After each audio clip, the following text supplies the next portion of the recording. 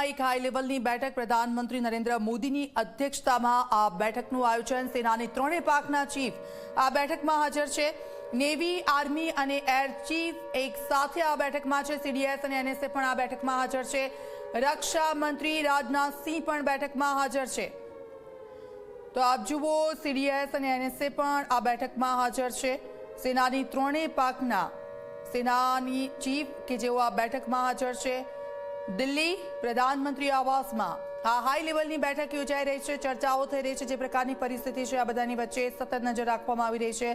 બેઠક પર બેઠકનો દોર યથાવત છે। રક્ષા મંત્રી રાજનાથ સિંહ આ બેઠકમાં ઉપસ્થિત છે। અજીત ડોવાલ આ બેઠકમાં ઉપસ્થિત છે। સેનાની ત્રણેય પાંખના જે ચીફ છે એ આ બેઠકમાં ઉપસ્થિત છે। અને આપ જુઓ, આ હાઈ લેવલ બેઠક યોજાઈ રહી છે।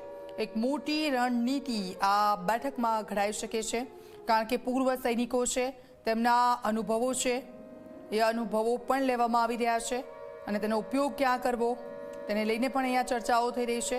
કારણ કે જુઓ, આ હાઈ લેવલ બેઠક છે અને પૂર્વ જે સૈનિકો છે તેના ચીફ પણ તેમાં ઉપસ્થિત છે અને તેમણે અત્યાર સુધી આ પ્રકારની પરિસ્થિતિ જોઈ છે।